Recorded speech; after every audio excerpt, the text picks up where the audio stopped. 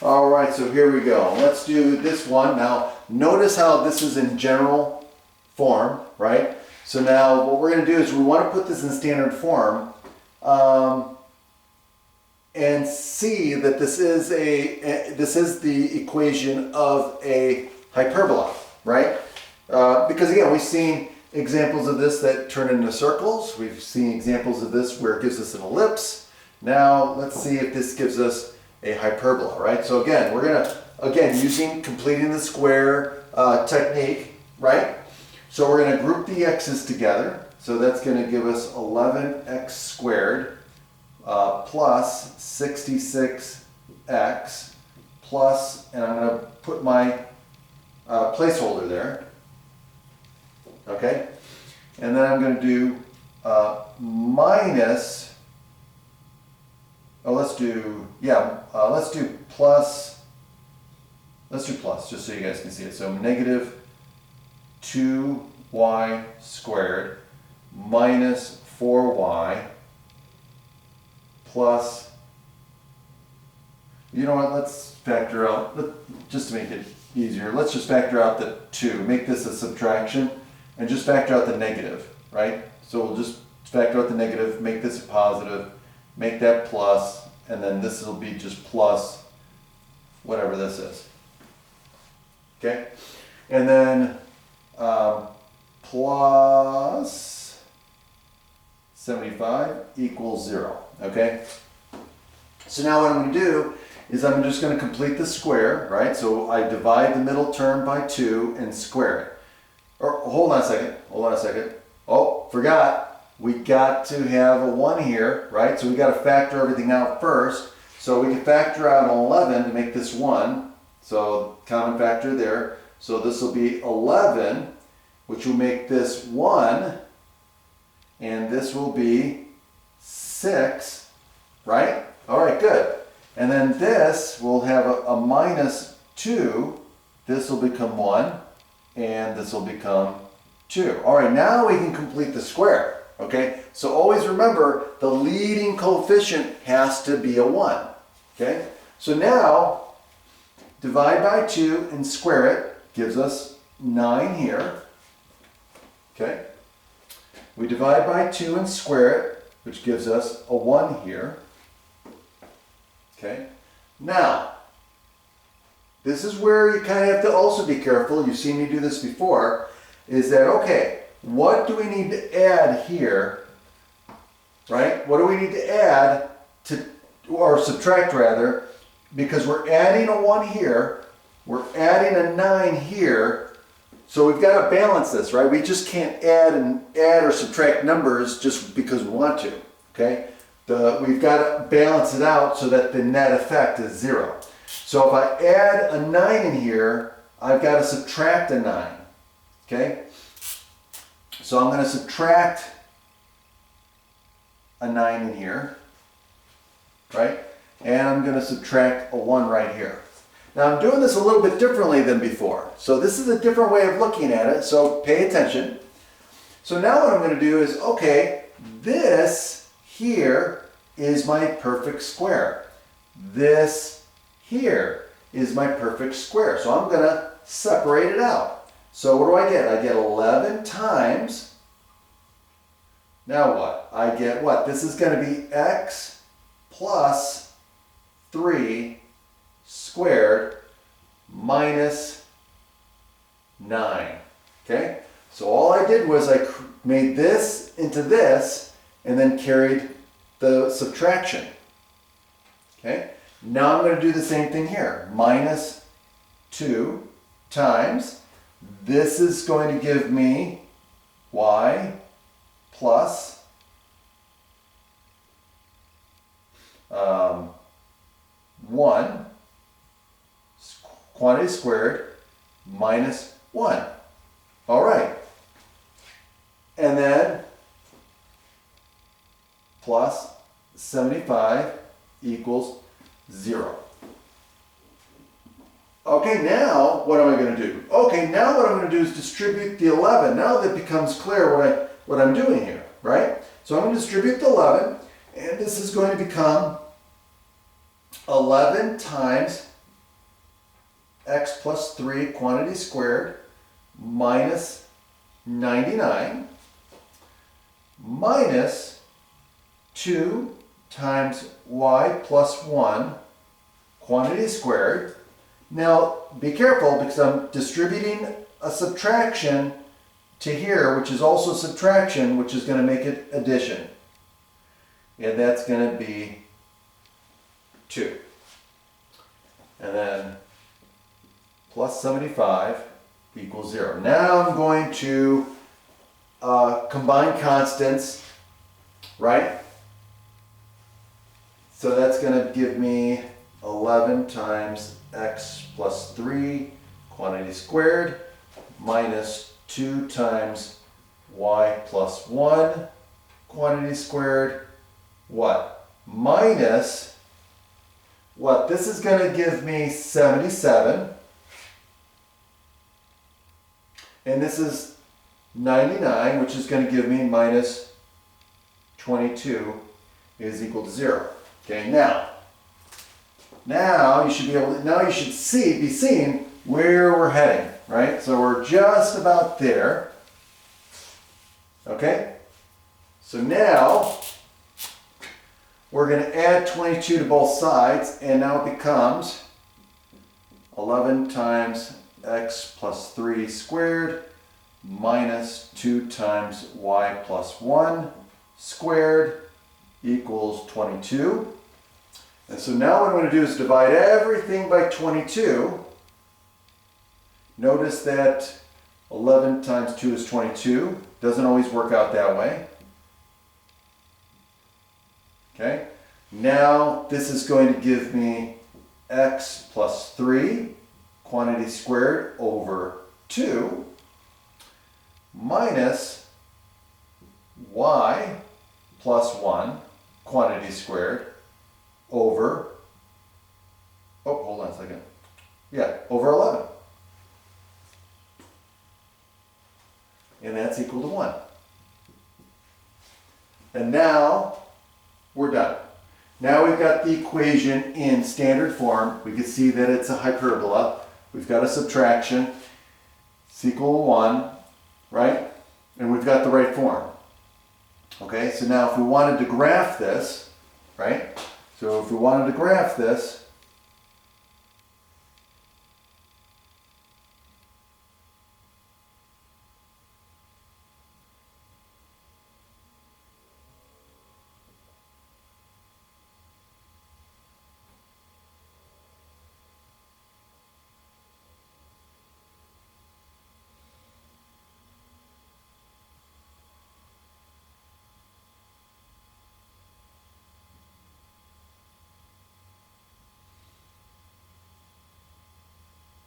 okay, so now where's the center? Now notice this is plus, so it's going to be a minus negative 3. This is going to be a minus negative 1. So the center is at negative 3 comma negative 1. So negative 3, negative 1. So negative 3, negative 1 is right about there. Okay, so that's the center. Okay, also a squared is 2. So a squared is 2, which means that a is equal to the square root of 2. B squared is 11, which tells us that b is equal to the square root of 11. Okay, so now we know how to write the reference rectangle, and we know where the vertices are located. Okay, and so, and by the way, since this is over, this has the positive coefficient, right? The y is after the subtraction, so this is telling us that this hyperbola is going to traverse the what? It's the axis symmetry is going horizontal, so it's going to traverse the horizontal, the axis in the horizontal direction. Okay, so that means our vertices are going to have the same y value, okay? So in this case here, the vertices are located at what?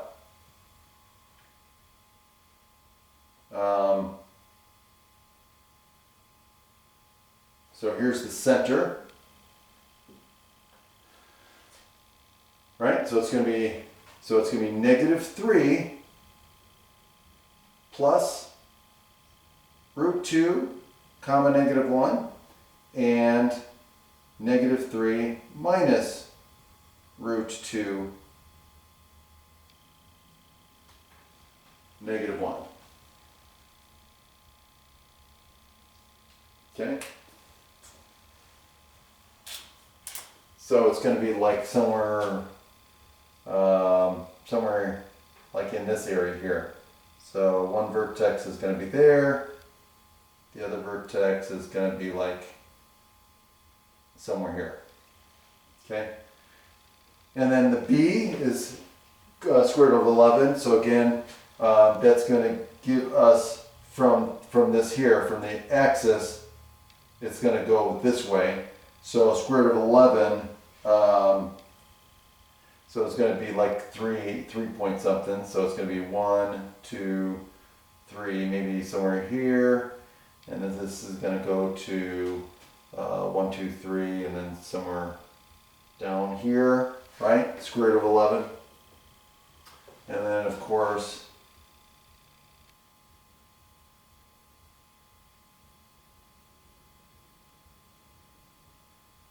draw our reference rectangle. Okay. And then we do our asymptotes.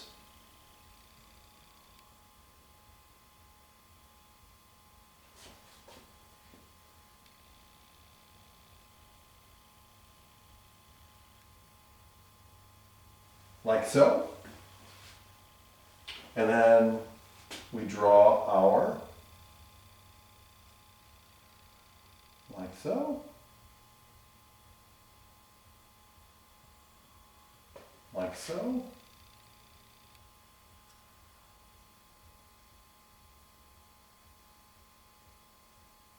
doesn't have to be perfect. And then of course, what are some other things they're going to ask us for? Well, okay, the foci, right? Okay, where are the foci? Okay, where are the foci? And the foci are going to be our c. We need to know our c values. So that again, c squared is going to equal a squared plus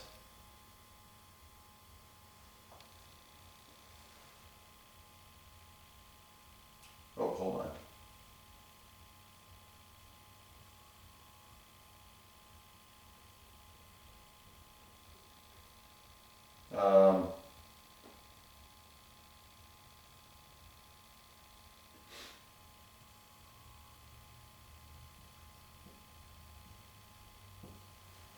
Okay, b squared plus a squared.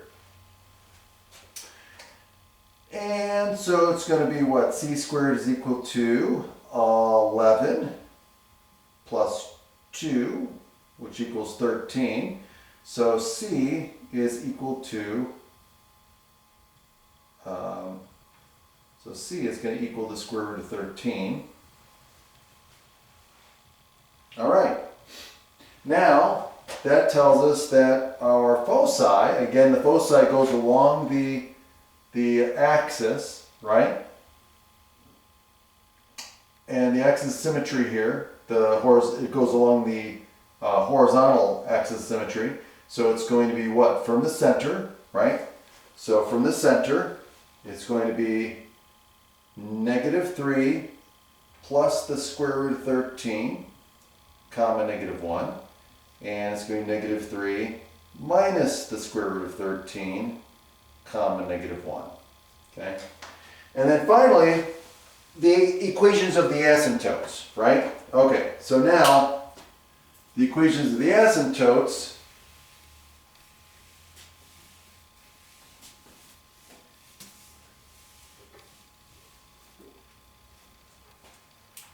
Okay, the equation of the asymptotes is y minus k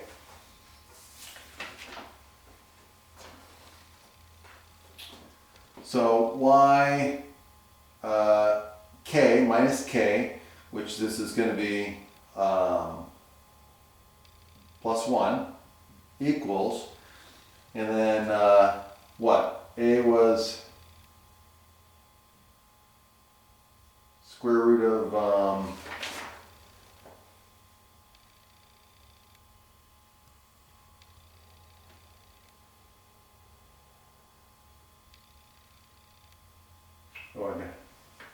A was the square root of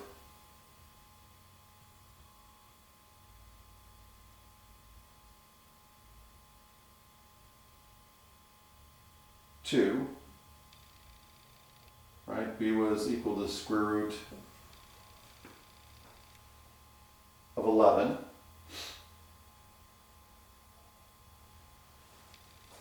And C was the square root of 13, right? And then we have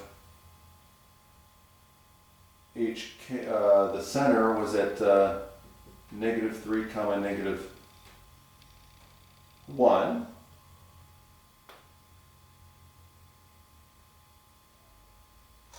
Okay, so this would be y plus 1 equals, now it's going to be what? Since we're doing since it's in the x direction, it's b over a, right? So plus or minus b over a, which would be square root of 11 over square root of 2 times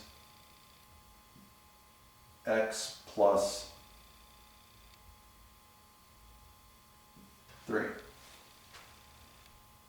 Okay, now again, let's take the positive and let's do this. So it's going to be y equals the square root of 11 halves times x plus 3 minus 1, which is going to equal the square root of 11 halves x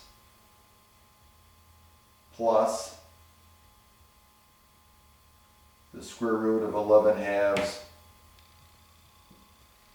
minus 1.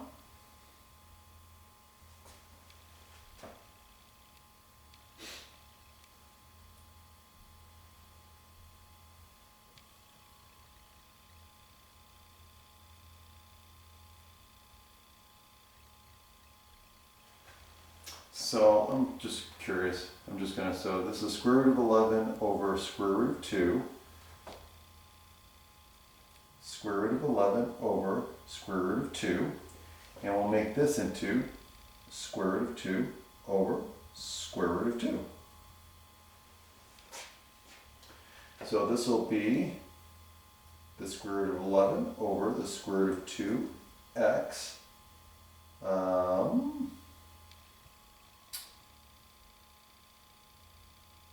Plus, what do we get? We get the square root of 11 minus the square root of 2 over the square root of 2. Okay? So I don't know if they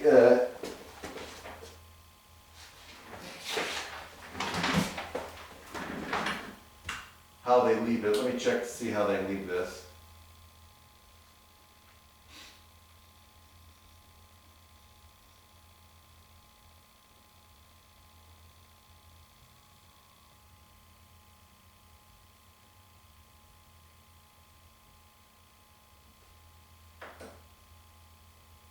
Okay, give me 1 second here. Oh,